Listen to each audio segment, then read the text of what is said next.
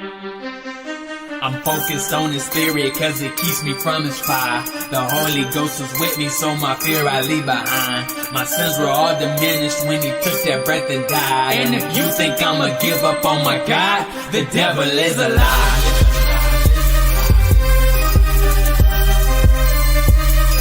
The devil is a lie.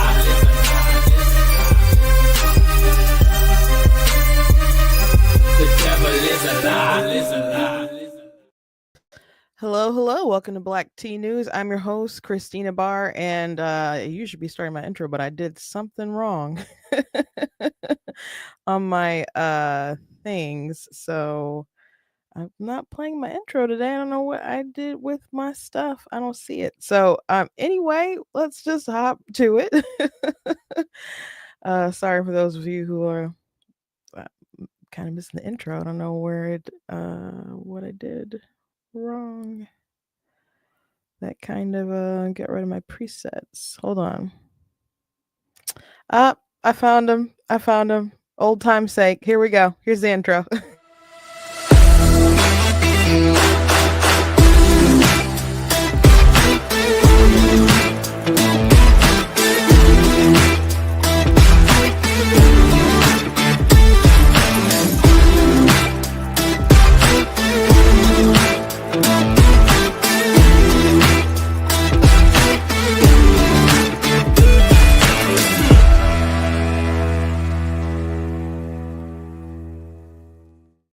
Hello. That's so much better. Welcome to Black Tea News. I'm host Christina Barr, and today we're going to be talking about how really the progressives, which is no surprise, really kneecapped the Harris campaign.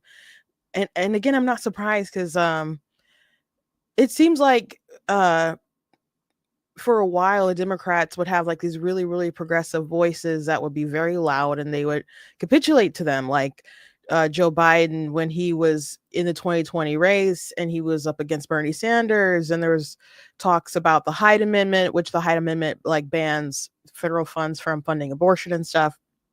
I think there might be like an exception if you're like raped, but and getting an abortion for that, but you can't pay for federal funds because of the Hyde Amendment or whatever. So Joe Biden's been for that for a long time, and then he defended being for the Hyde Amendment, and then there was all this noise from far left Twitter that was really upset about it. Next thing you know, the strongly held belief, he flips on it, and then all of a sudden when he's on a debate stage with Bernie, he's like, no, I only supported the Hyde Amendment because that was the only way to get stuff passed. And so you would just see these people who are supposed to be moderates and all this stuff, or common sense Democrats, really fold over for these really radical people in their party. Now, Kamala Harris is a really radical person in her party, and I wonder how much of this or with her life is her actually being that radical progressive, or how much of it is her just having absolutely no values and doing and saying whatever she wants in order to win and really playing to that audience. I don't know. I would assume the real Kamala Harris is the one that we're aware of with her record and so on, because I don't know how you push all that stuff for years and then just not do it and then not be you. So but a lot of people will sell their souls for power. She was willing to sell her body for it. Why not her soul? So anyway, I want to talk about this article that the New York Times put out.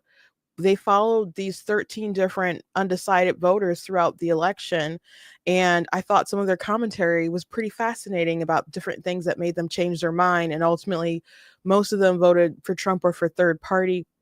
There's a few that voted for Harris, but I thought the moments that shaped their opinions were very interesting and echo a lot of the criticisms that I've been giving throughout the campaign. So I'm sure some of you will not be surprised. I think you'll be more surprised that the New York Times put this in their article. So we'll be talking about that. And we'll also be talking about this clip that's about Sunny from The View. She's went on a podcast and was talking about that moment that really blew up the election for Kamala Harris. Now, I really think that basically Kamala Harris's campaign was doomed from the moment she was picked as the vice president back in 2020 for lots of reasons, but I think it was doomed from back then. But there was definitely some blunders that she made, and she did a big one on The View that ended up in different ads. I put it in videos. I'm sure you guys know which one I'm talking about. And I also want to talk about her not going on Joe Rogan's podcast. So before we jump in everything, I want to encourage you guys, go to blacktnews.com, check out different content on website or articles, videos, etc. If you like what I do here, please consider leaving a donation on the website, because it does cost a stream, run my website, all that good stuff. So if you can support, please support. I see you guys live in the chat, and I see you guys watching live. And I know some of you guys just watch and don't comment, but all liking and commenting, all that stuff does really help. And so I appreciate you guys. I appreciate you guys who watch it later. Hello, I see you. And if you would like to do super chats, you guys can do super chats. If you're watching on Facebook, you guys can send stars. Best way to support financially, though, is to go directly to the website. You guys can also check out different merch. It's available at blacktnews.com. There's a story that's really fascinating that I'm going to have to write an article about it, and I'll probably do a video on it. And on Book Talk, there's a Bookstagram, and there's a Book Talk and BookTube, where different authors and different reviewers or whatever, we'll just talk about books. And there's been some people who've been getting lists together of different authors who they think have voted for Trump, and it's called the Red List. Now, someone who started that ended up taking it down. I think some people were talking about suing the girl, but some of the people who ended up on the list were people who weren't even American, so didn't vote. Some people who ended up on the list were people who voted independent because they didn't like either candidate, but they were saying, hey, my space is a safe space. And when you say my space is a safe space, apparently that means that you voted for Trump because you're not crying and hysterical and condemning evil white privileged women and blah blah blah blah blah. So I've gone down pretty much a rabbit hole. Like I'm a part of a Book to Talk community, kind of. I'm an author. I do have an author page on there. I haven't done a lot with it. Like I only have I'm not even 200 followers on that page. So I need to do more with it and post more about it and talk about it. I don't do a lot of fiction reading for fun, though, so I don't know how well my page could kind of blow up. I mean, I do read faith books and nonfiction books and other stuff to gain knowledge and information, but I do so much stuff with my books. I just don't have a lot of time for a lot of for fiction, I guess. But I do like a good story, but I should just promote my stuff more on that page. I just don't post a lot, but I've gone through the rabbit hole and seen a lot of people who were really upset because they're saying it should be a safe space. And then there's some pretty big authors, some best-selling authors that are like, no, all books are political, and how you white women, you're buying my queer smut and yet you vote against my interest, and just crazy stuff. So look forward to that, because I'm definitely gonna do a video on it when I gather. I have a lot of clips I'm just sending to myself to edit and go through, and it's really incredible. I watched a clip of Joe Rogan today talking about how a lot of artist types, different people who he knows are kind of hippies, who were so grateful that he endorsed Trump because they didn't feel that they could endorse Trump. And I understand that. I understand that. And a lot of people feel like they have a lot to lose, relationships, jobs, boycotting, all that stuff, especially if you're in the creative industry. And you know what? Keep being rude, keep being mean to people, and you're going to just create more shy Trump voters or whatever, or shy Republican voters. And you're going to be surprised on election night when the whole freaking map shifts red, basically, in your only group that you make gains with are upper income grads or whatever in wine country with vineyards and stuff like that. Keep at it. And that's all you're going to appeal to and the normies, who may not even agree on everything, are still going to get together and vote for common sense policies. So keep bullying people and see how far you get. But I do find it really disheartening how many authors are so angry about people voting for Trump. Like, so you're an author, you're a writer, it's your bread and butter to obviously put pen to page, and you're upset that people didn't pick the person who was for going after social media companies, the person who was, for um going after them for misinformation, going after them for uh you know, hate speech, which some of these people probably would be fine with that, but it's like, who defines this stuff? They were fine going after, journalists. She prosecuted a journalist who was going after and exposing one of her donors, Planned Parenthood and stuff. So it's just really sick. Like, that's a person who they're so mad that they lost. And I know all people have all kinds of different reasons for voting for either one, but as far as who's good for your craft and your business and free speech and creativity, like, she flat out rejected, a ruling from the Supreme Court over protecting freedom of expression. So she's just not the one who we should be, championing. And I don't, and one person is called like the queen of book talk, and she was on Kelly Clarkson. I can't think of her name off the top of my head. But she had a video like on election night or that morning, and she's crying, and it just kind of kills me, people just going on and crying or whatever. It seems so weird to just like set things up and get your camera and just blubber like that in front of the camera. Even like, when my mom died, it was kind of weird, even just like going on TikTok and recording something just to let people know what happened. And just like, this is a private thing that's happening, just it just seems so weird for people to film their hysteria, you know. When I cried in front of you guys, it was genuinely moments I wasn't meaning to cry. But I was just trying to update you guys on my life or whatever. So people, being I'm in pure hysteria, let me grab my camera. Like, how much of that is even real? But I'm sure some of these people are actually hysterical, but they still like clicks and views and stuff, especially when their rant goes just above 1 minute, enough for them to be monetized.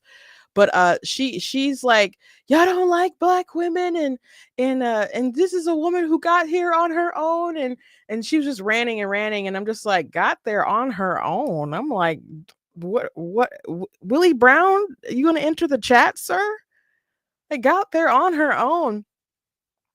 Like, America would be so much better off if we just accepted that she was a bad candidate. She was always a bad candidate. Republicans were not lying when they said that she's a DEI choice. I'm sorry, it's true. I'm sorry if that offends you, but it's true regardless. And she ran a crap campaign. So today we're going to be talking and focusing on the crap campaign aspect of everything and how she just blew a lot of opportunities. So I think the first thing that we will quickly address is somebody vandalized. Whoa, someone in the comments said they vandalized somebody's car. Let me ooh,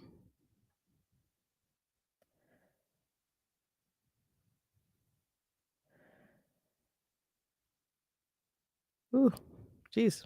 Anyway, I always get a chance to read everybody's comments, but I'm just like, what happened? But anyway, let's start with this Daily Beast article. I'm not sure if Daily Beast is the one that broke this story, or but there's a couple sites that are reporting on this. And at first, I just saw snippets of it on X, but no one was posting a link, so I just looked it up, and it seems like all the language is still the same. So Harris Aide says left-wing tantrum derailed Joe Rogan's interview. Now, a lot of people have talked about her not going on Joe Rogan's podcast and that being a huge detriment to her. her podcast on Call Her Daddy. A lot of people watch Call Her Daddy or whatever. It's a degenerate podcast with a bunch of horny women watching it and talking about kind of gross things. And but it's very popular, and she's really trying to churn out that woman vote. But Trump and Charlie Kirk and all the ground game there was like, let's expand our base and not just focus on, you know, suburban women or whoever to vote. Let's go after these low propensity voters and churn out all these men, these young men, get them hyped, go on these college campuses, etc. And they had a strategy, and they were willing and able to really execute it, and reaching a lot of these young men on these podcasts. You know, they got a good chunk of like the young vote, and Trump was one like the young vote, and so it was very impressive what they were able to pull off. But Joe Rogan, he has the biggest reach, he has the biggest podcast, and you know, what was up to 47 million or something like that, the video with him and Trump, just ridiculous numbers. And I think Harris would have been able to pull out really big numbers if she had gone on Joe Rogan.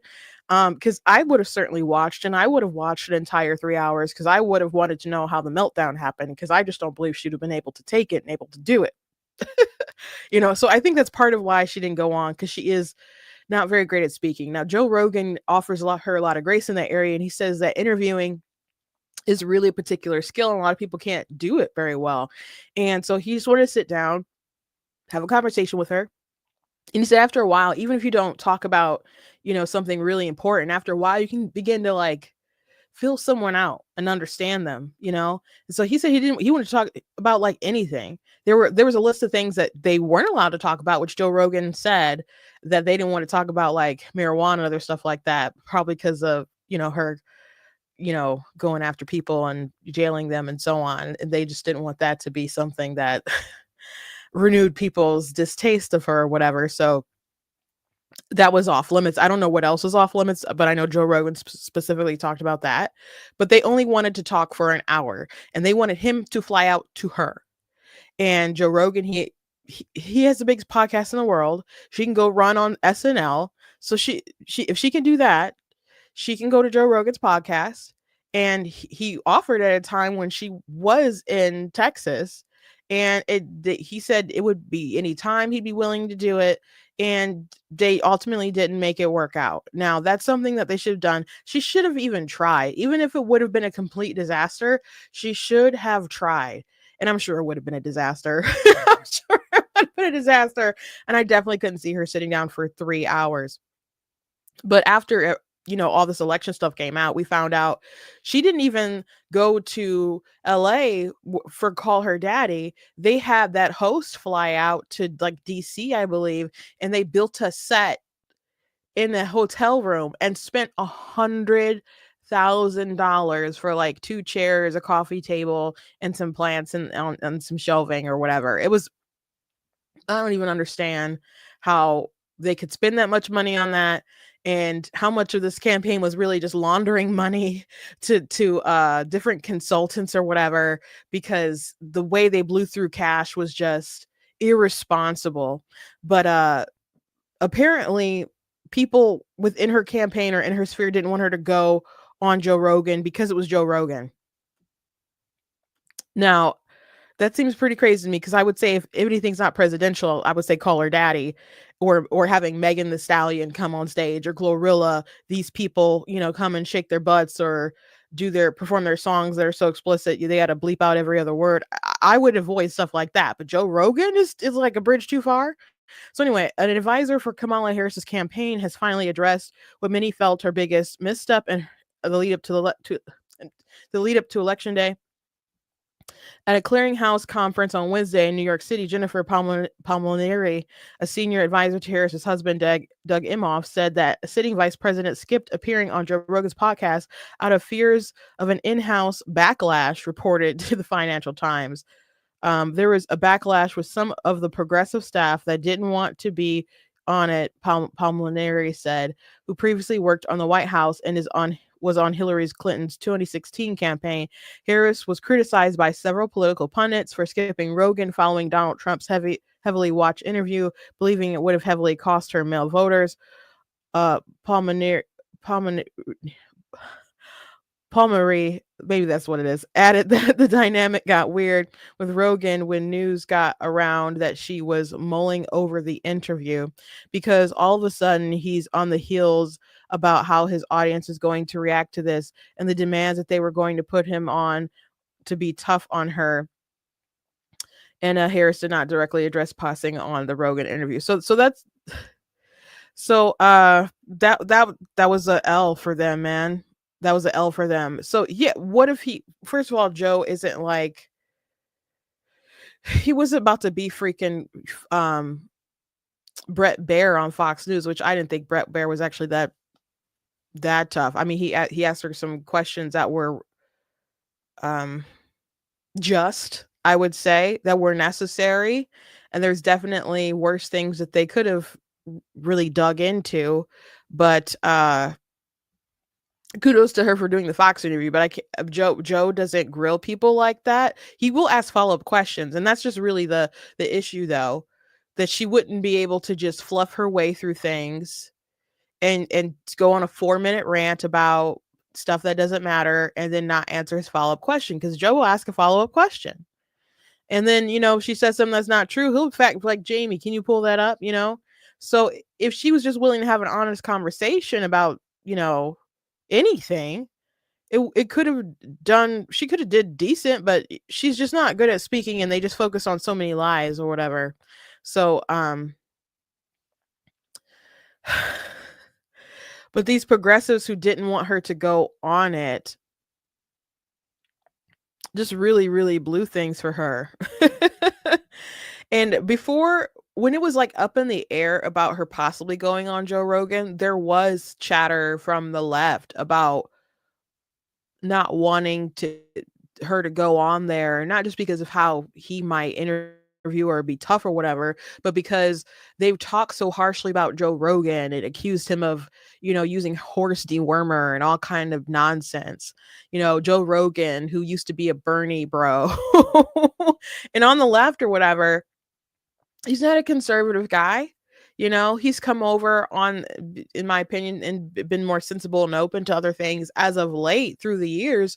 But the left has gotten so much crazier on stuff that it looks like he's in the middle, but he hasn't really moved that much.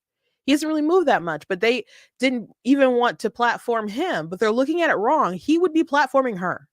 He would be platforming her. More people look at his stuff than people who look at MSNBC and CNN and all that stuff.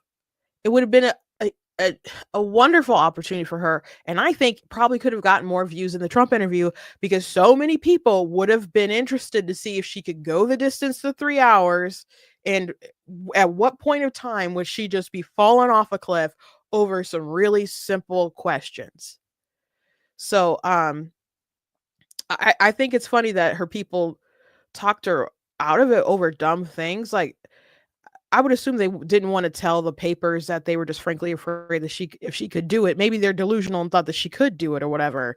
But I think she at least should have tried. But the fact that she could be bullied around or persuaded into doing some really dumb things by some really progressive folks in her campaign or whatever, and feared the backlash in the campaign or what could happen, it just really reiterates the fact that she wasn't ready for prime time. If you can't stand up to some little leftist in your campaign, how the heck are you going to stand up to China? How the heck are you going to stand up to Iran? How are you going to stand up to Putin?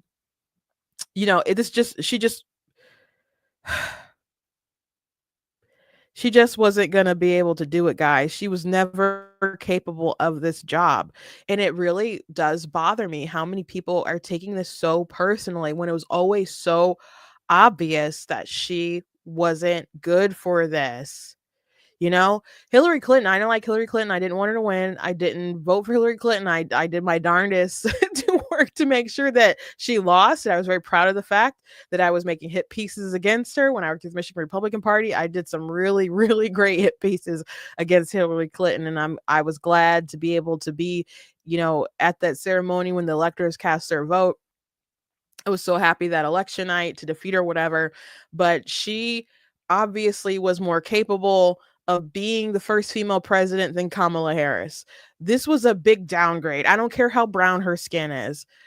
it was a big downgrade as far as capability between Hillary Clinton and Kamala Harris. And a lot of people didn't like Hillary Clinton because she was also fake and corrupt, but she's far more genuine than Kamala Harris. You know, and Kamala's corrupt too, gosh. You know, but people saw Hillary as a big establishment person. There's a lot of like just factors that like all the stars kind of align to have Trump be president. I mean, like the Obamacare premiums or whatever had just spiked. You know, there was a that was a big thing that happened. The DNC exit thing, people didn't like how Bernie Sanders was treated. I know people who were pro Bernie Sanders who just voted straight party ticket Republican because they were upset about the Hillary Clinton thing. And I think she could have won without all their kind of like dilly-dallying or whatever, but the fact that like Donna Brazile had like debate questions in advance or whatever that was like passed off, and you had Debbie Wasserman Schultz, you know, who was obviously very biased and you know, for Hillary Clinton and stuff. It just really left a bad taste in people's mouths, and they wanted something different. They rather have somebody who was gonna basically kind of, in their opinion, burn the establishment down, do something different, and so they supported Trump. So there's a lot of little factors that came into everything. There was InfoWars was going around paying people to like kind of do flash mob stuff, saying that Bill Clinton was a rapist, and there's all kinds of things going on in 2020 that ultimately led to Trump. And the border situation was very important back then too, and that was Trump's key focus. And then Hillary's teams like really underestimated Trump. They really underestimated him, and they were people doing walkbooks and stuff, and they didn't even like input the data. They weren't, you know, giving money appropriately to different places. She was getting outworked by Trump so hard, you know, she just thought she had it in the bag, you know. So she had a lot of errors in her campaign. Her staff would say stuff like her strategy was basically Trump being the nominee and then like coasting the rest of the time. So she ran a bad campaign, but as far as her on paper and her capability with interviews and other stuff, like she was far better for the job than Kamala Harris was. And so like it would be great if there was a woman of color to be the president one day, though if she was a Republican, Democrats wouldn't care, you know. They wouldn't be like, we have to support the woman, it's so sad that America doesn't like women. If she loses, they wouldn't go that route. It's just they only support the people on their, you know, different hierarchies if they support their different ideologies. So they're very insincere in a lot of you know, the reasons why they like and uplift Kamala, if it's because she's a woman and woman of color, because they wouldn't extend that kind of excitement and grace and excuses or whatever to like Nikki Haley or somebody else, you know. But anyway, let's play this clip of Sunny, and then we'll get into the New York Times thing. So because they're going to mention Joe Rogan and they're going to mention other things, so I just want to I guess go a little bit down memory lane before we go through this it's not like super long, but it's long enough that it'll take a minute to get through. So she was on a podcast, Sunny from The View, which The View has just been deranged, especially Sunny since the election. I guess she's always deranged and racist and terrible. But she was asked about that signature moment when Kamala Harris came on The View and said, you know, she was asked, would you do anything different than Biden? And she said, nothing comes to mind. So pretty incredible. I asked the vice president what she would do differently in a Biden, in a Harris administration as opposed to a Biden administration. And what if anything, she wishes she could have done differently in the past 4 years or whatever. Something like that. Yeah. I followed up because I was surprised at the answer. Look, I think it wasn't so much about the question but it was really more about the answer. Not a thing comes to mind. Not a thing comes to mind. And that's why I followed up with, is there anything that you would do differently? And the reason I followed up is because, that wasn't a gotcha question. That was a layup, really.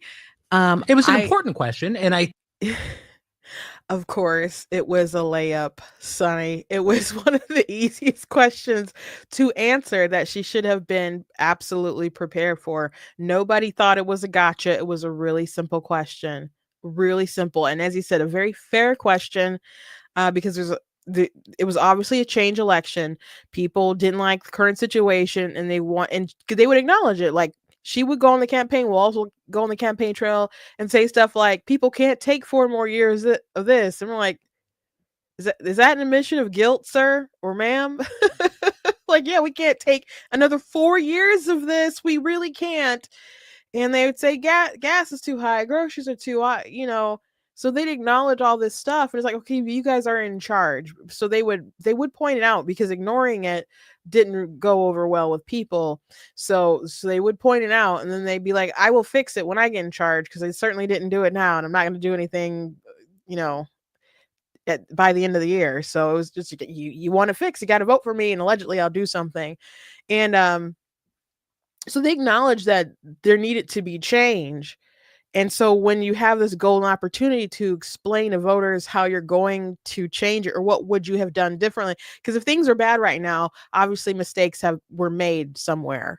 Maybe, probably, yes, somewhere mistakes were made.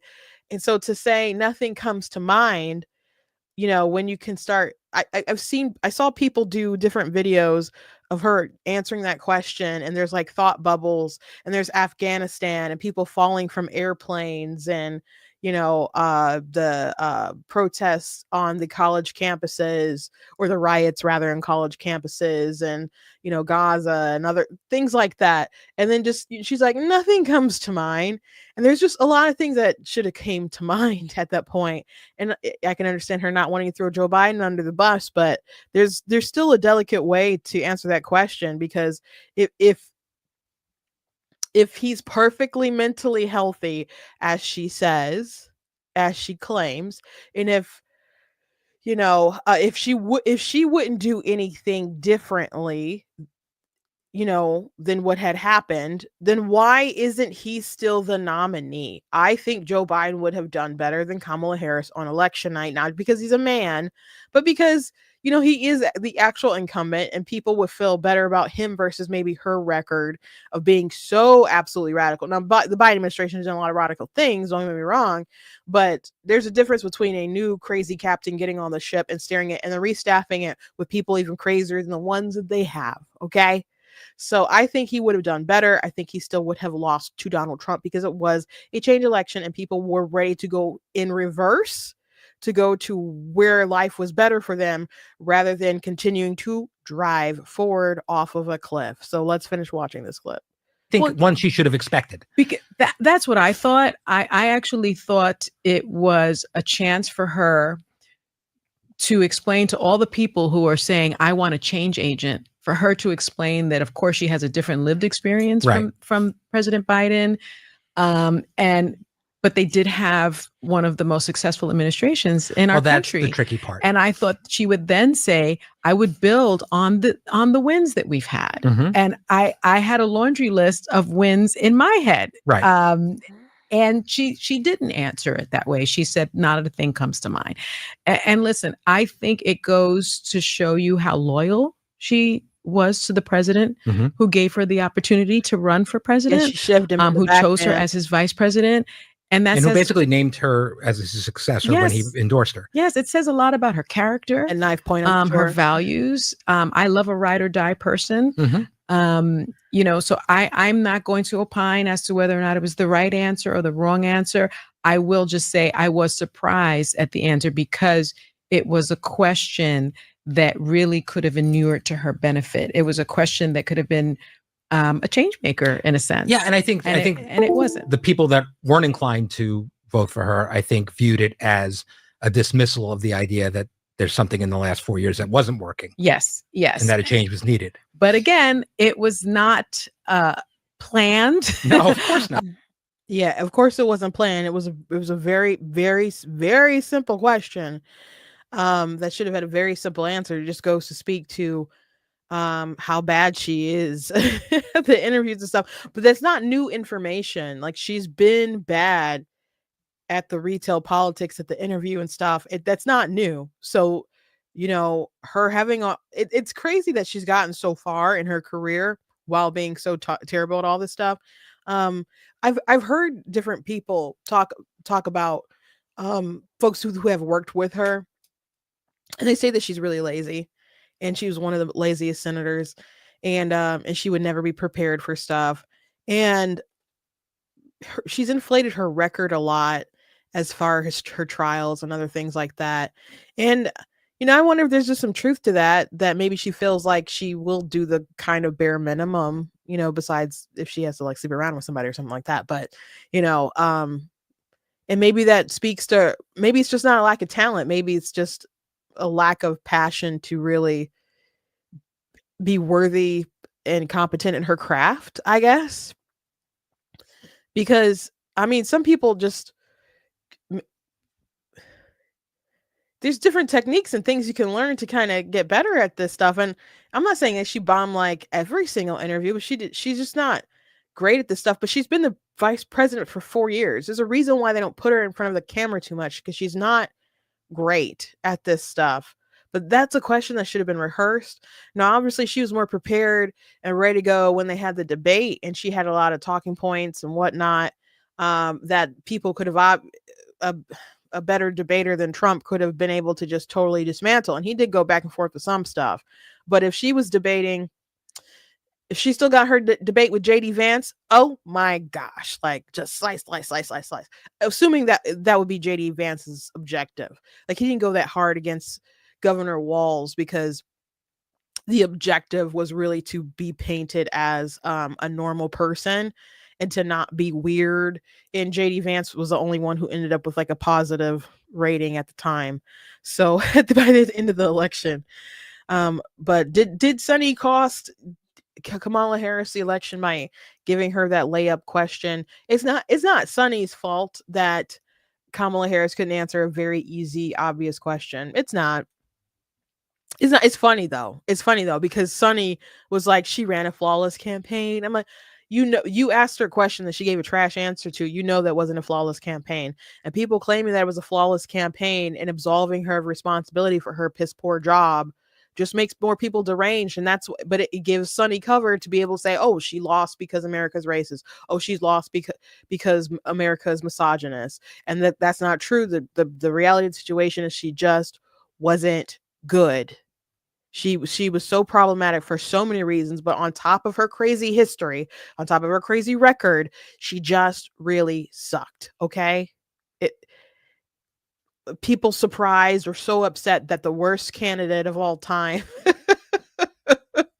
who ran a piss poor campaign, who couldn't talk, who has a really bad record. You guys are really surprised and upset that she lost.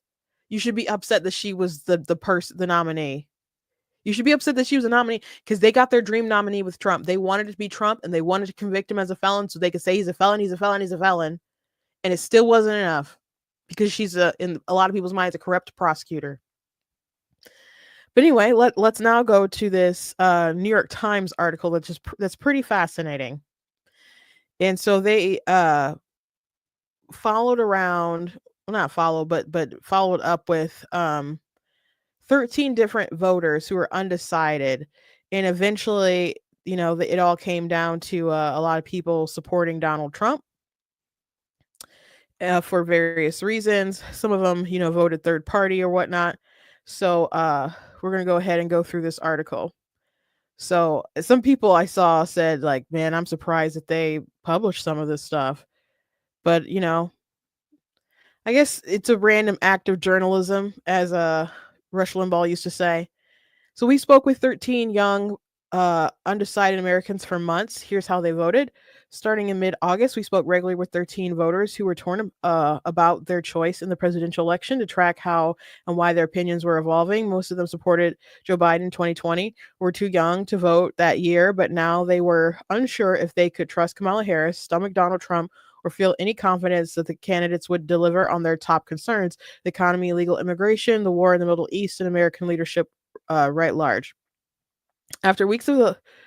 After last week's election, we held our final conversation with the focus group to find out how they voted and what drove their decisions and what they believe Mr. Trump would do, wouldn't do, and shouldn't do in office.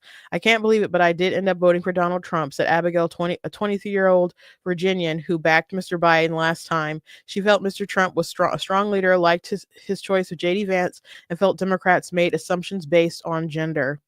Other former Biden voters took a pass on Ms. Harris because of the war in Gaza, a lack of policy specifics, and skepticism that she could improve the economy, and also because they liked Mr. Trump from his appearances on Joe Rogan's podcast and elsewhere. So interesting. As for Mr. Trump, many of our 13 participants said they were hopeful that his second term would be better for Americans than his first, and believed that he would make serious actions to secure the southern border and deport undocumented immigrants who committed crimes. No issue animated the group more than immigration, though. At the same time, several Trump voters said that they did not support mass deportations of migrants who were in America working and not posing a threat to anyone. Reflecting on our 3 months of conversation, some participants wondered if Gen Z was more conservative politically than millennials, and expressed optimism that their generation would be better at problem solving in America than their elders.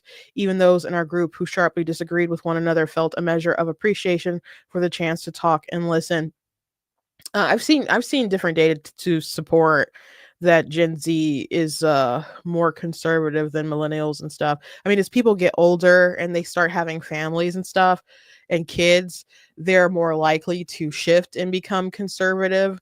But we got a lot of childless as just guess JD Vance would say, childless cat ladies out here. But in the end, who did you vote for? What was the key moment? Let me go back and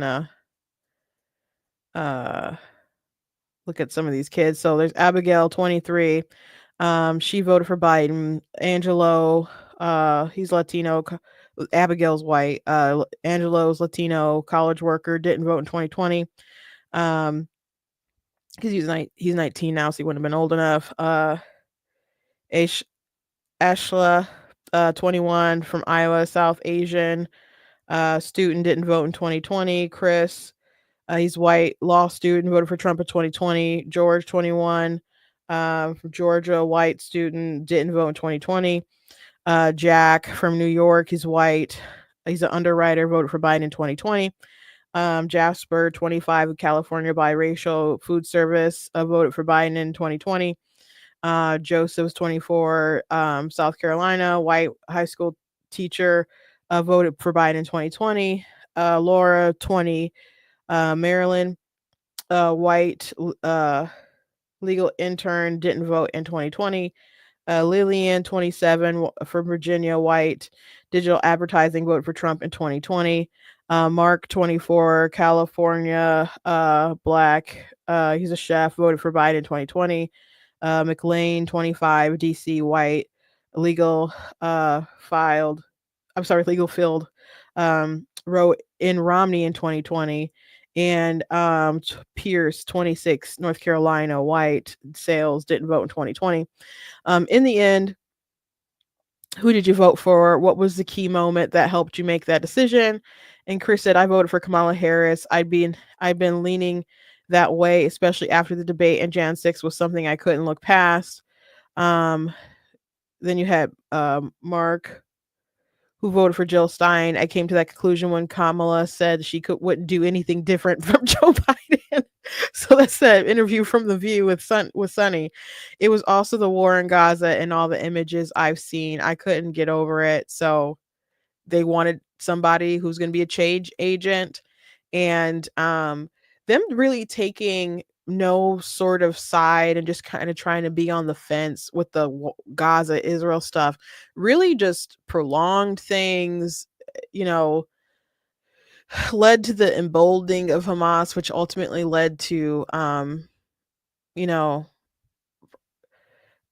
delay in hostages getting rescued and saved, and the invasion and so on. And it just brought no comfort to either side. And that's why in some Orthodox Jewish communities and stuff, there was like 99% for Trump and so on in different precincts and so on. And and then you had Dearborn and Dearborn Heights in Michigan going for Trump, and he also made gains in Hamtramck as well. And you had their mayors come out and endorse Trump and fight for Trump, and different imams come out and endorse and fight for Trump because they said that he wants peace, and he does want peace. That's been his legacy so far. I'm sure that he will continue that, but it's peace through strength. If you have to go to war, you have to fight. You get in and you get out. You don't go and you nation build or whatever. You complete your mission, and then you keep doing things that serve America's interests. But people need to know that if there's a line, and if you cross it, you're going to die. And so if people know that people are serious about that line, they're going to be more likely to not cross it. And if they got to do sanctions, they'll do sanctions. If they got to bomb a terrorist and get rid of him and drone him or whatever, that's what they'll do. But it's peace through strength. But he does want peace. He wasn't palling around with Liz Cheney and didn't have Dick Cheney's endorsement and stuff. So, the Democrats really failed all sorts of ways on that issue.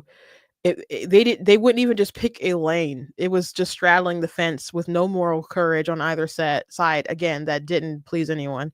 Pierce said, I voted for Trump. I decided after Kamala went on, call her daddy. So that one was pretty funny. Lillian said, I voted for Trump and made that decision the same day the mainstream media was having a meltdown after the Madison Square Garden rally. I also saw an ad from Democrats about abortion misinformation and really made me upset. I said, you know what? I'm going to vote for Trump. Everybody hates him. They're lying about pregnancies. Let's just do it. So the lies, it made a lot of people hysterical, but I wonder how many people knew they were lying about particular things, including like miscarriage management, and they just couldn't support the Democrats because they thought that was going to be their golden issue with abortion. And of course it didn't ultimately end up working out for him. Joseph said, I voted for Trump. I made the decision after he appeared on Joe Rogan. Just seemed more normal than the other side. Jasper said, I voted for Trump. It was after realizing that many Democrats only preferred Harris because of her rhetoric and not because of her policy. The vibes, man, all that stuff. Angelo said, I wrote in Josh Shapiro, I wanted to vote for someone who represented my ideas and beliefs rather than voting for someone who was too extreme or a phony. Then Asha said, I ended up voting for Kamala Harris. I did not want to vote for a convicted felon. And that's too bad. If that's like the main kind of reason, because that case is really stupid, but I don't want to get distracted, so we'll keep going. Abigail, I can't believe it, but I did end up voting for Donald Trump. I made that decision when I saw J.D. Vance's interview with the New York Times. He is the future of the Republican Party. I'm more voting for Vance than I am for Trump. So Vance ended up being an excellent pick for Trump. George, 21, voted for Donald Trump. Like Abigail, I was really impressed with J.D. Vance, especially during the VP debate. Laura said, I wrote in Larry Hogan. I made that decision after I saw Harris doing a lot of entertainment interviews and not focusing on actual interviews with CNN or Fox News or reputable news sources. I couldn't, in good faith, vote for Trump knowing that he was facing criminal charges. Then there's Jack. I wrote in Mike Bloomberg. I don't like either top of the ticket. And then McLean said, I shocked myself and voted for Trump. No one tell my family. I was so impressed by J.D. Vance, the way he carried himself and how normal he appeared. I think I became radicalized on the men and women sports issue. The ad that said Kamala represents they, them. Trump represents you. That was so compelling. While Trump is deranged, he represented normalcy somehow to me. Donald Trump, the man who paints his face orange and pees in golden toilets, represented normalcy to her because the left is so freaking crazy. Now, JD is pretty normal, and I did see people in comments on Theo Von's podcast and Joe Rogan's podcast saying that why they were trying to make him seem weird. He's not weird. He's like the most normal guy ever. And not only so JD going on the debate stage and not going all in on Walls. Like he had good moments and stuff, but his goal was just to appear normal and sensible to the American people, and to relate policy in a way that Donald Trump just can't do, right? And so he did a good job on Theo Vaughn's podcast. And then after Kamala wasn't going on Joe Rogan's podcast, they had they had him go on there. JD Vance went on there. And then Elon went on there as well. And they all had compelling reasons to why to vote for Trump. And Kamala just missed an enormous opportunity. I'm sure because she was they know she can't speak very well. I think that's probably the main reason. Anyway. They really did their darndest to make him weird, and that was their rhetoric. Oh, he's weird and he's this and he's that. And it didn't end up working. And again, JD had the favorable rating. But something else that was very strange for the Democrats to do, before I go on with the article, their attacks on JD, it just wasn't about the things he said about cat ladies and other stuff like that. They attacked his rise from poverty, from him having a drug addicted mother, his life that was really hard, him putting himself through school and having these opportunities or whatever, and becoming wealthy and so on and successful. They attacked his success out of coming from a really dark place, and to me that never made sense at all. It never made sense, especially coming from a party that is so elitist. Like, they talk about his education as if they don't have Ivy League people like at the DNC speaking, and it was very strange. Like, Wall's like, I don't know nobody put through school ended up going to these Ivy League schools. I'm like, is that supposed to be a flex? Is that supposed to be a flex for some reason? It was the weirdest attacks, and it was so disrespectful. And it just really said that I know these people don't mind success because so many of them have it, but maybe it's just that they hate success from that's built from people who didn't have anything and then went out and earned it. The people who could pull themselves up by their bootstraps, not alone, because he had his grandmother, of course, who helped to raise him and get him on the right track, his Meemaw. So nobody does it alone, but it just really seemed like they hated that kind of success. And that explains why the only base or whatever that Harris expanded was very wealthy, post grad people or whatever, people who can afford to vote on fringe issues instead of kitchen table issues, because they already have a fridge full of food, but some of these things that we already talked about, the Rogan interview, her answer, her botched answer on The View, affected these voters and the way they responded to stuff. Was there a moment during the final 2 weeks of the race that caused you to think, oh wow, this is not what I was expecting, this really matters to me? And Chris said, when John Kelly came out with a lot of force against Trump, this wasn't someone who is a leftist person, a Democrat. He's a retired military general. That shook me to my core, that someone that close to Trump would say those things about him. And that's unfortunate because there's lots of reasons why stuff that John Kelly was saying was obviously not true, but it is what it is. Jack said the Joe Rogan interview was huge for me. Trump enthusiastically said yes to a 3-hour open, honest conversation with Joe Rogan, who was a former Bernie bro. I think it's very telling about which candidate is authentic and which candidate is not. Trump, for all of his flaws, is very authentic. Very authentic. Will talk to everyone basically the same way. Did you watch at least 30 minutes of the Rogan interview? And 9 of the people had raised their hands. So, they watched it, and Abigail said, I saw how the media has become so corrupted in their cause against Trump. There was that Trump clip of him saying, put Cheney in front of a bunch of shooters, but he wasn't actually implying Cheney should be shot. I cannot vote for an establishment that just thinks it's okay to lie to us. That's one of the main reasons why I thought it was important to vote for Trump or against Kamala Harris and the establishment stuff.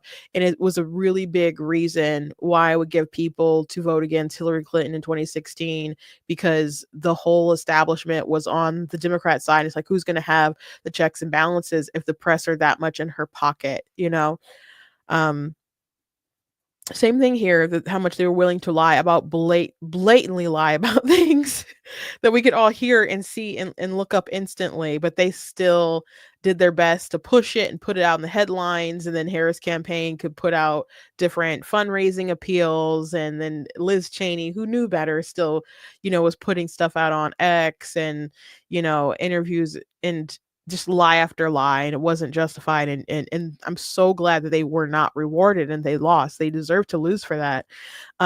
Laura said, I was looking for a candidate that I felt I could trust. A key moment that stuck out to me was the SNL skit that Harris did, where she essentially made fun of herself. All her focus was going to entertainment industries and avoiding interviews. That came off to me as very phony. So maybe she should have went on Joe Rogan instead of SNL. Lillian said, the thing that was really the nail in the coffin for me was when Biden called half the country garbage, and then the White House moved to change the record officially. That really bothered me. That made me really want to rally against them. And thank goodness, I don't know where she got all her information from, but that was something that alternative media and X and stuff were pointing out. We talked about that a bit, but yeah, he did call them garbage. So many media companies were trying to cover for him, and then it came out that they changed the transcript or whatever, like the official transcript, trying to cover for Biden. He said what he said, and people should have just got over that. Then you had Asha, who said, the last 2 weeks were extremely stressful and I just didn't want to stress about anymore. I thought I might as well vote for her. Joseph said the mainstream media was carrying Kamala Harris's water. We need a check on the president to have a healthy democracy. If Kamala Harris was elected, there wouldn't be a check on her from the media. Abso-freaking-lutely. How many of you, by show of hands, dislike both candidates? It is literally every person here. What does that say about America, democracy? Both candidates have serious drawbacks. I don't think I'll go through this one. People said Trump was too extreme. Kamala is a big phony. People want someone younger who aligns with their values. Let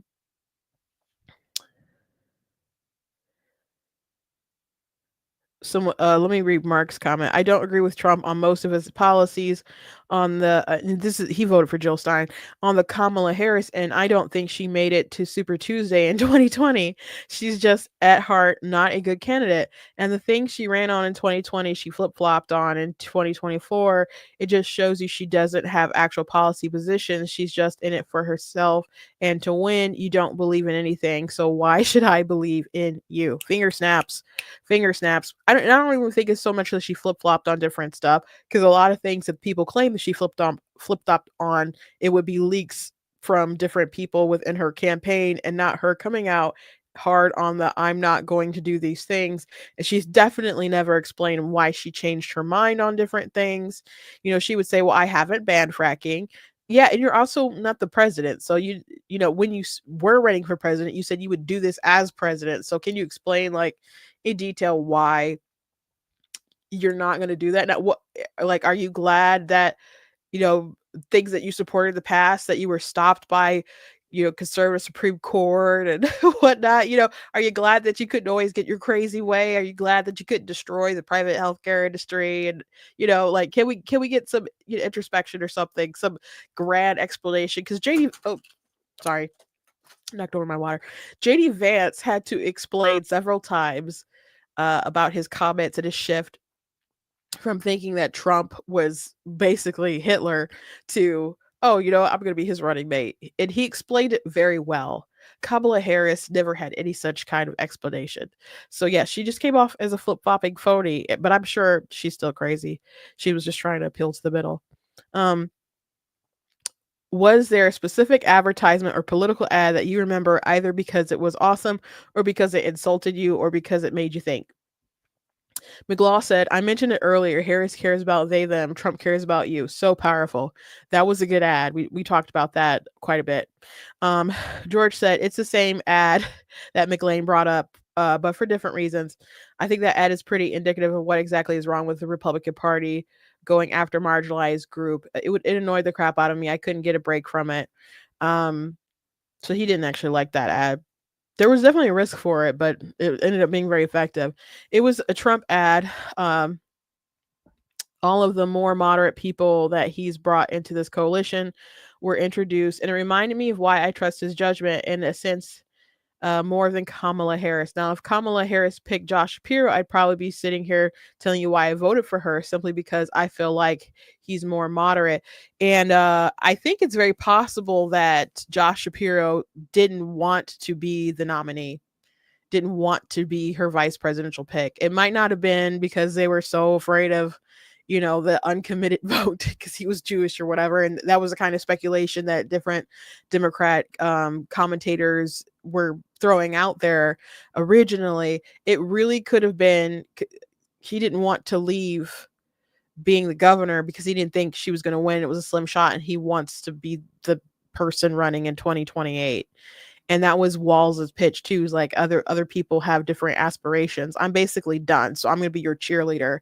And they found that compelling. Now, Walls, his background was so bad. I wonder if they even vetted him. Maybe they didn't care. Maybe he was all they could get. But when Walls was the pick, my sister worked for the campaign. When they picked Walls, I called her. I'm like, you guys are probably like doing backflips. So she's like, girl, we are so happy. They did not want her to pick Josh Shapiro. They absolutely did not, because they didn't want, Pennsylvania to potentially be taken off the board. And I'm not saying it would have been impossible for them to win Pennsylvania if Josh Shapiro was on the ballot, but Walls was a double down on really extreme leftist nonsense. And Shapiro is more on the left than a lot of people are kind of grasping, but he's, more sensible than obviously Walls was. So it was this huge error, one error on top of another.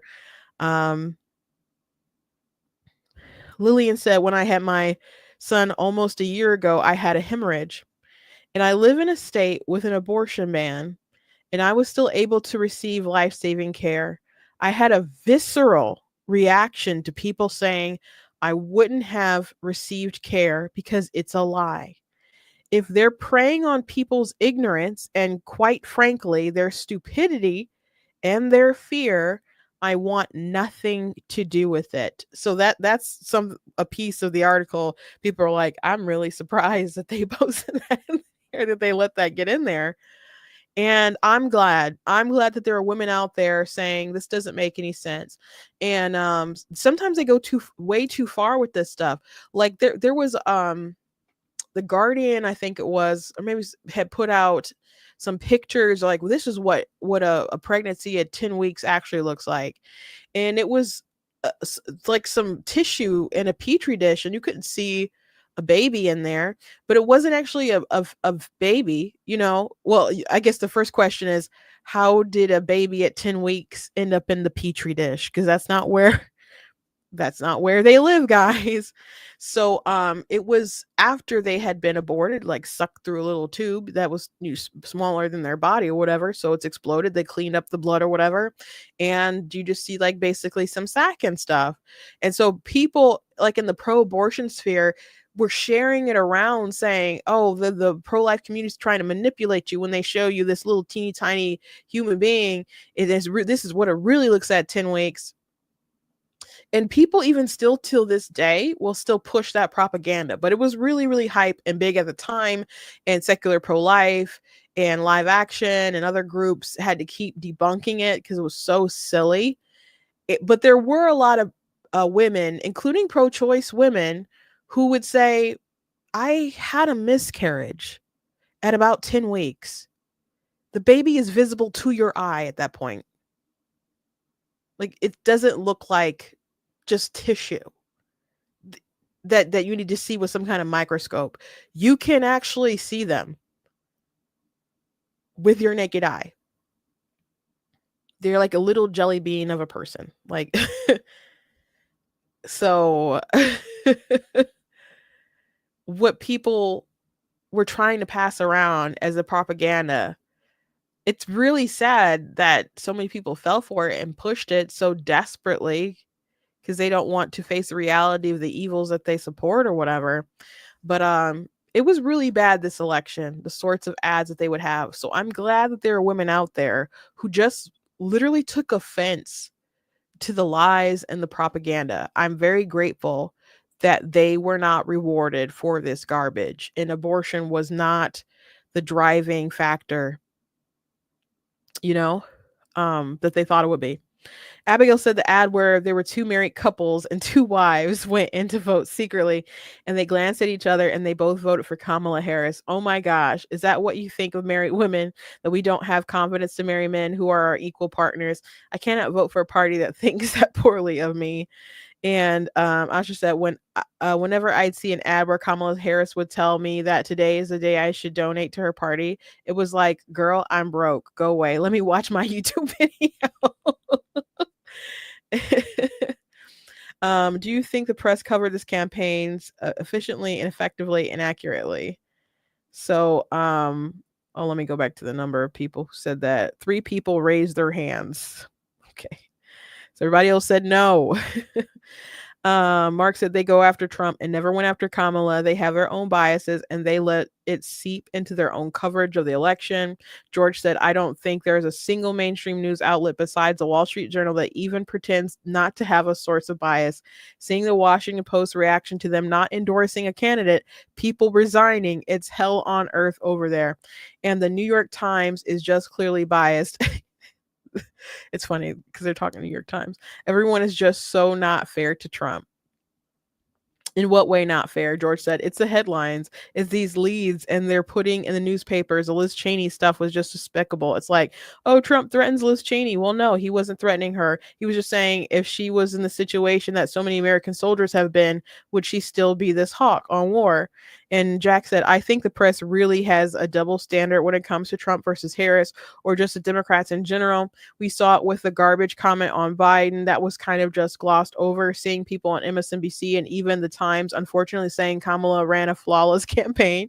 Maybe it's because Trump actually had substance and Kamala just ran on joy. It wasn't just joy. There was rage, especially at the end, for Hitler and all that stuff. Asha said most people don't read the whole articles. They just read the headlines and form their own opinion. And the headlines are often very anti-Trump. Give me a word or phrase to describe the election. Thank God it's over. It's a repeat of 2016, but calmer. A roller coaster, exciting. I pray we didn't make a mistake. Planning and hard work pays off for the victor. Democrats still haven't learned to not be crazy. That's true. Make America normal again. Absolutely. Chaotic, a lose-lose, more insane than 2016. Democracy in America wins. At least there's not going to be another January 6th. And then the Democrats probably would love to do some ghetto trash stuff, but the way that they have gone after Republicans for January 6th and other stuff, they're really in a bind to not be able to do all that stuff. I'm not saying there's not going to be riots or whatever. I was talking to a friend the other day about Inauguration Day, because I was there at the inauguration and then I got to go to the ball. And I said it kills me when people act like there wasn't crazy stuff that happened that day, because I was there. People were smashing in windows. Someone set a limousine on fire. At the ball, they were attacking people outside. Like me and my sisters were dressed up in our gowns and our high-heeled shoes and stuff. And we're preparing to have to fight people. Because Yaktown don't back down, that I'm from Pontiac, we call it Yaktown, So we're like, we'll fight you if we have to. But they were mostly picking on like elderly white women, people who they saw as like really easy targets, but we were preparing to defend ourselves. So it wasn't all just sunshine and roses. People were protesting and rioting the results of the election. So I know people want to downplay that, but that stuff did happen. I remember it happening, guys. So, for those of you who voted for a party or wrote in a name other than Trump or Harris, was there anything either candidate could have done to get your vote? And Mark said, I just didn't like Joe Biden at all. I felt like he didn't change much for my life. And so when Kamala Harris was running around saying, I'm not going to do anything different with Joe Biden, that doesn't convince me to vote for you. Absolutely. If you weren't going to do anything different, you might as well just left the old man on the ballot. He would have did better. Mark, is there something that Harris could have done about Gaza or Israel that would have won you over to Harris? He said sending unconditional aid to Israel after we've seen and what we've done, we've seen the deaths, and just saying, it's okay.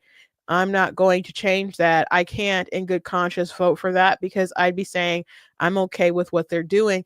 And I didn't expect them to stop sending stuff to Israel, though they did like hold up different aid for different stuff. They just tried to play both sides, and it just came out so wrong. Like if they wanted to be extraordinarily pro-Israel and support them and just go out there and really try to explain themselves to people, maybe that could have made a world of difference, you know, rather than just, you know, doing this whataboutism stuff that they'd always do and they're trying to appeal to the Muslims in Michigan by like, oh, it's, you know, all this bad stuff is going on in Israel, and then appealing to the Jews in Pennsylvania saying, you know, Israel has a right to defend itself. It's just so shady, as if no one's going to report on that, and as if no one can look it up and see that you're having mixed messages. It's inappropriate. You have to pick a moral lane, and they just wouldn't do it, and it just caused more chaos and made both sides so upset.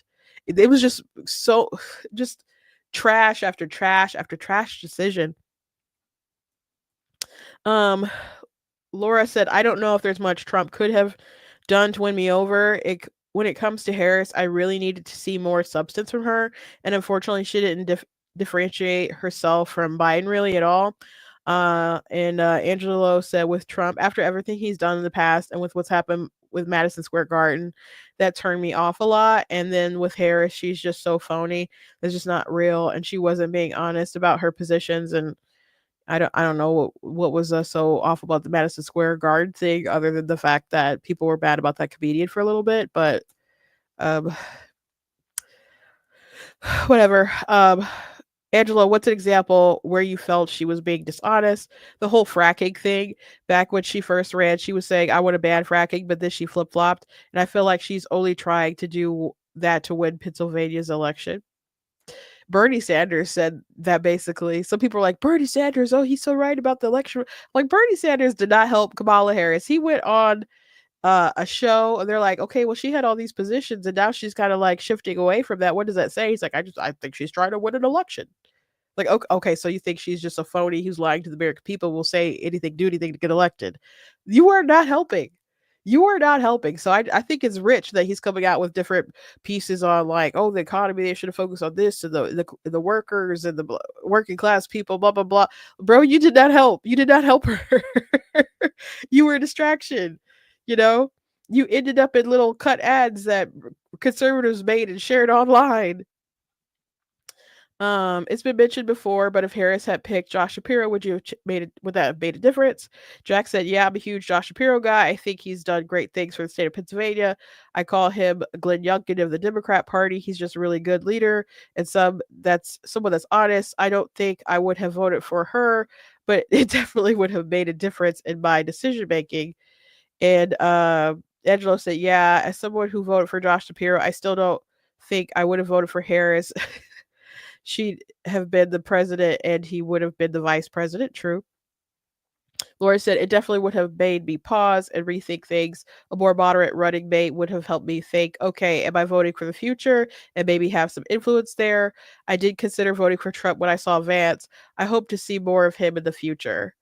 And they talk about what do they think he will do for president. I'm just going to speed read or pick out some things. They think he'll bring prices down. It'll be a decline of inflation, release the energy U.S. economy, deregulation, tariffs, which they think is going to raise prices, but he'll secure the border, which will be a good thing. Mass deportation for criminal aliens. Bringing down crime, finish the border wall. I don't know about the border wall. I'm not saying he's not going to try, but that's just a really big project. Um, reduce illegal immigration, crime, taxes. Won't enforce incredibly progressive gender politics, and I think day one he'll close the border. And then half of them said that they supported mass deportation. Uh, and basically, people said they want to get rid of the criminal murders and other stuff like that. Some people don't want to focus on people who've been here for a while. Um, Someone they asked Pierce why he was so animated or passionate about the issue. Said my grandparents had to come to this country. My grandfather met my grandmother overseas while he was working in the military, and they've always had to fight for every opportunity that they've had. And it's just so unfortunate. So many people just walk right across the border and get free housing, free food. I pay $2,000 a month to live here by myself. You know what I mean? It's not fair that I'm struggling to pay bills when they get free cards and they can do whatever they want. It's unfair to the people who live here. Let's take care of our own homeless and veterans first. Laura said, I'm for legal immigration. My boyfriend is originally from Brazil. He's now a U.S. citizen here. He entered here legally a couple of years ago to pursue college. And I know I have so many friends here who have a similar path. That's why it's an animated discussion. Jack said, it infuriates me because we haven't drastically increased the amount of visas available, and there are people in Asia that bust their butts for American companies, work for a pretty low wage, and they want to come here, but the companies literally can't get a visa. And then I see my tax dollars being used to fund illegal immigrants while we can't fund schools properly. Chris said, I take a more humanitarian stance on it. Coyotes, the Mexican drug cartels, horrible people are heavily involved with getting people across the border. People die regularly on the trip. They traffic women and children. It's really awful, and I think I like to see more focus on that. What are some policies and ideas that Donald Trump talked about during the election that you don't want him to pursue? McLean said, I think taxpayer funded IVF would be enormously expensive. I hope he doesn't do that. I can't see that being a promise that he can keep. Abigail said he has been cagey about support of Ukraine, and I hope that he resoundingly supports Ukraine, just as I hope he will support Israel. I think with the Ukraine stuff, they want a good result with Ukraine, but they want some kind of off ramp. It's not going to be like a blank check for an infinite amount of time. Trump doesn't want 20-year wars. So Lillian said, I'm hoping that he keeps the United States and NATO, and that we're able to keep our military alliances strong across the globe. Jack said he was thinking about getting involved with the Fed. That would be a major mistake. You got to keep the Fed independent. So I hope you just appoint somebody normal after Jerome Powell's term expires. Mark said, yeah, I don't want him to mess with the Fed, and I don't want him to impose tariffs across the board. I think inflation is going to go through the roof. Chris said, I want him to maintain some support of Ukraine. And I think any idea of him seeking retribution against political opposition would be an awful idea right now. And he didn't do that last time. That's a lot of rhetoric that the left pushes or whatever, but I don't foresee that. Jasper said, I'm kind of worried about Project 2025. Okay. If some aspect of that goes through, people are going to blame me for voting for Trump. I'm also a little bit worried about food safety scares. I'm also worried about personal immaturity type stuff where he'll just say silly things to world leaders. We could enter into a nuclear war, so maybe don't do that. There's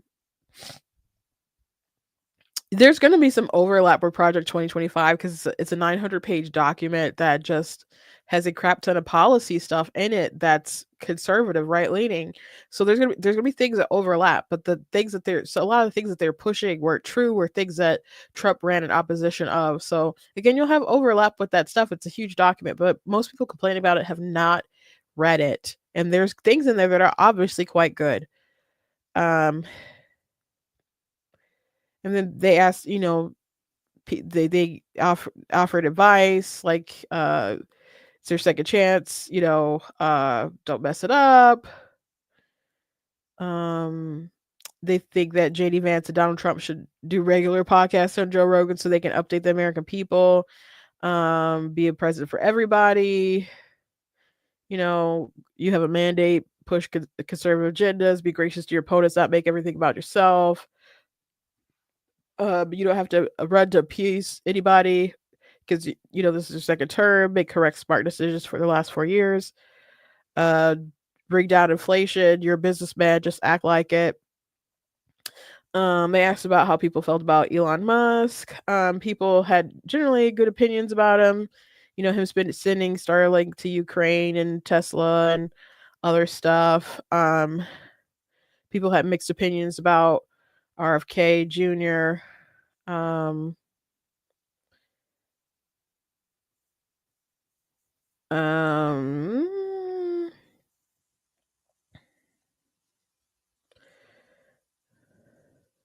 They asked about potential areas of conflict with the Middle East and so on. A lot of people think that Iran is the issue. I mean, people said China as well, but Iran seems to be like the number one. Iran and China. Describe Kamala Harris's campaign for me in one word or phrase: empty, disingenuous, a little manipulative, a whirlwind, radical, without substance, wine and cheese crowd. That's a good one. Excruciatingly painful to support, rushed and disastrous, missing in action, and mediocre.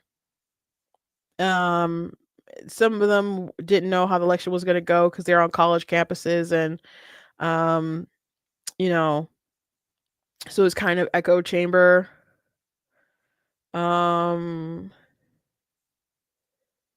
And then the polls and stuff had them pretty close. So they seemed kind of surprised. What issue did your vote come down to in the end? The economy, the war in the Middle East. Someone said, I would say abortion. I would say the economy and world peace, strength, the economy, democracy, the border, lowering the debt, peaceful transfer of power, whether I'm going to be able to get a job when I graduate, voting against the out of touch progressivism of Kamala, affordability, opposing the Democrats at this point. And then they talked about their future hope for the country. They don't want to be gaslit anymore by politicians and just have issues solved. They want stuff to be less polarized. They want there to be less crime and more money. Restructure of the parties. They want to be able to take the media seriously. Good luck with that. Less inflation, disinformation, and crime.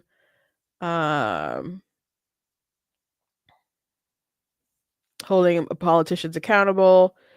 They want faith restored in their institutions. Stop demonizing people with different views. I would like to see that too.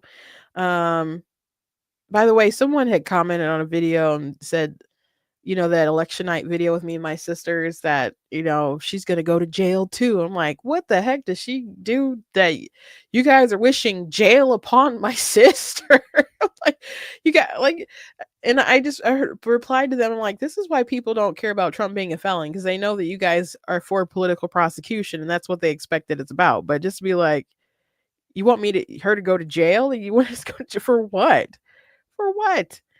And they talked about enjoying the conversations and so on. So that's the article. It was, as I said, it was a pretty interesting article worth going through. And I thought it was interesting what things at the end of the day ended up persuading people's votes, because there are things that we've mentioned and we've talked about and things that Democrats really try to focus on, like all the abortion lies that turned women off, and her radical record that turned people off, that Trump took advantage of with the they them commercial and so on.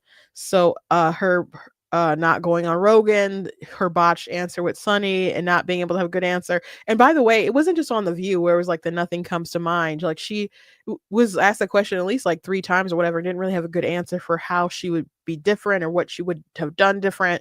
And you could say she was trying to be loyal to Joe Biden, even though they pushed that old man out of the, the race or whatever. But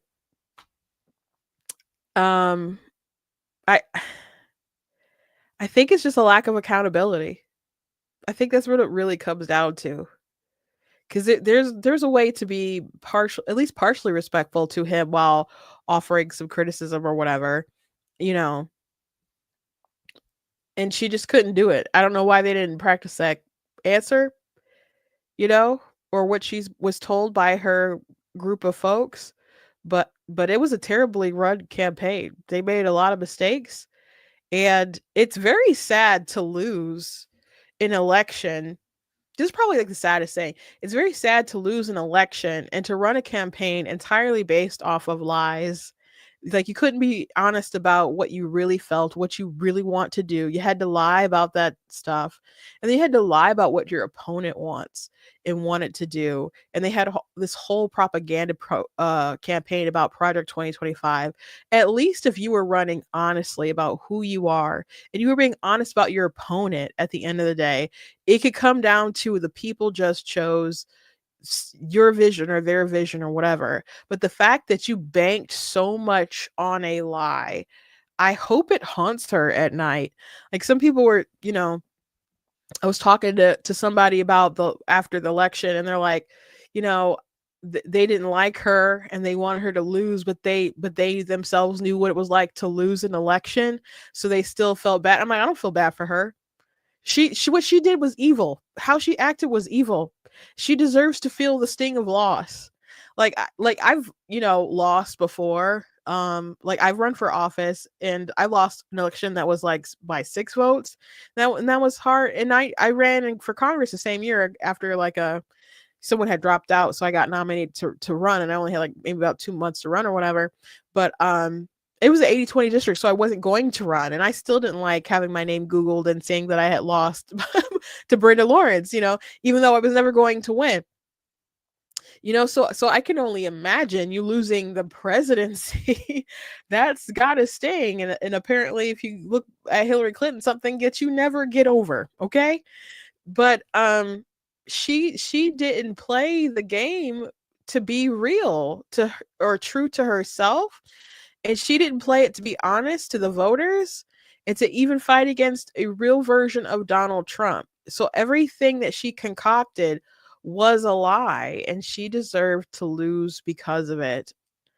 And that's even like a teeny piece of the puzzle of why she lost. So you know, the fear mongering, the blatant lies, the slandering, the hoaxes, so many reasons why I just can't feel sympathetic to her for losing. It's a well earned L.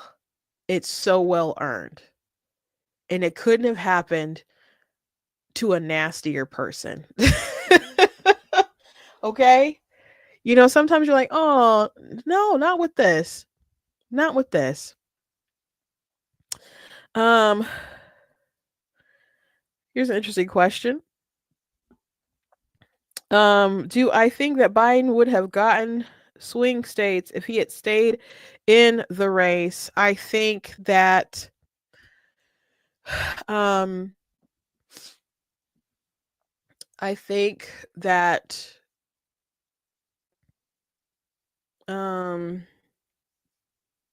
maybe one of them. But one of them wouldn't have been enough.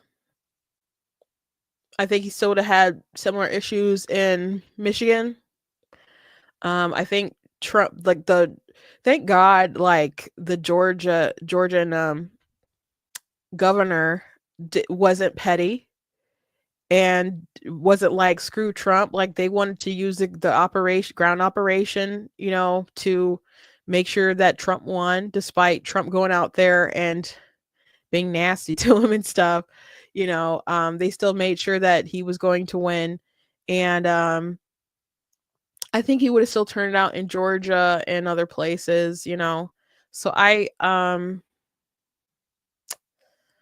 I think maybe Biden could have took one of them. Like, maybe he could have took Pennsylvania or something, or maybe not, because well, you don't know, maybe he could have took Pennsylvania, but just taking one of them would have been, I still think Trump would have swept and got a victory. Maybe it wouldn't have been this bad of a thrashing, but it was a change election. And Biden was the incumbent, and his brain was still mushy. So, and they would have had a second debate.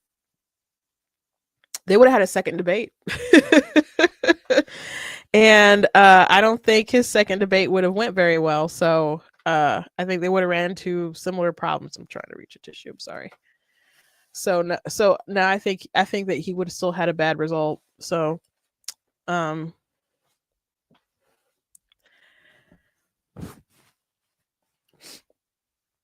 but maybe one of them. But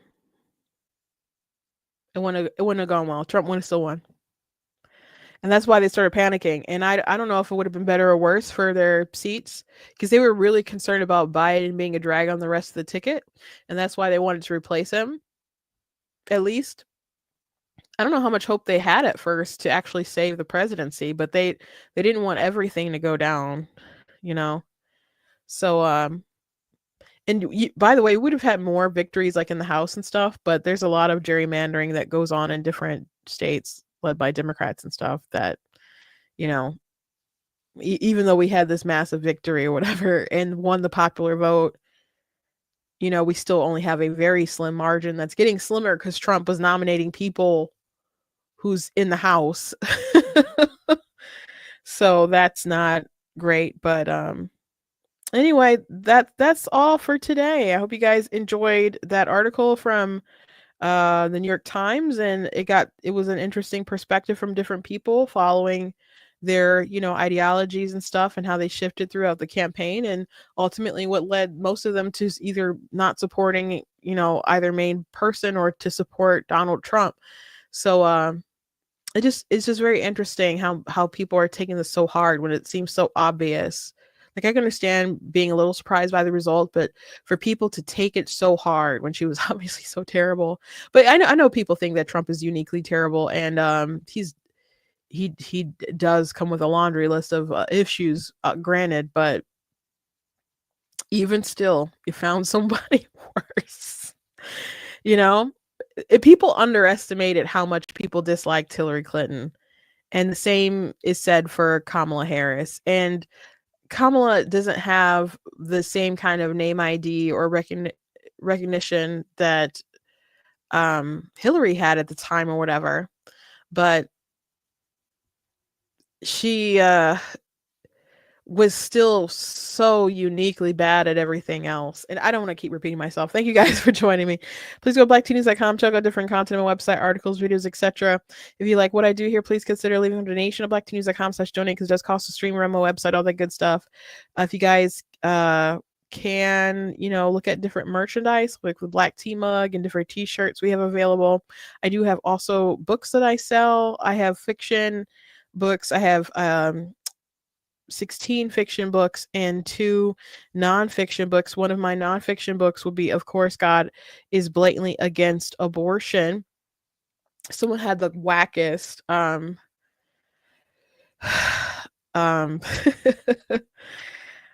pro-choice I'm a Christian argument the other day. I can't get into it right now because it'll take too long in my closing, but it's just funny how people decide that someone is human, and they're like, well, tell me where in the Bible, because I'm like, abortion, the Bible says abortion is murder. I mean, not abortion is murder, but murder is bad, right? And child sacrifice is obviously bad. And like, well, tell me where in the Bible it refers to someone who's under 24 weeks as fully human. And I'm like, well, there's nowhere that's going to affirm your freaking view on what you think is fully human. I was like, okay, explain what fully human is. And then they had a definition of fully human that they started laying out because of what kind of development landmarks people hit at like 24 weeks and stuff. And I'm like, if murder is bad after, if abortion is murder after 24 weeks, and it's okay prior to that, because they're not fully human until that point, then that would make a baby that's preborn at like 21 weeks not fully human. So according to your worldview, if someone like bashed the skull in of a baby that's born at 21 weeks, 22 weeks, 23 weeks, then that's not murder, and that's morally fine or whatever. That it didn't make any sense. And so people just have the weirdest views, but lots of silly things that they say is definitely addressed And of course, God is blatantly against abortion. I do have a second edition that's out now, so I recommend that you guys go and check that out. Covers rights and science and philosophy and so on.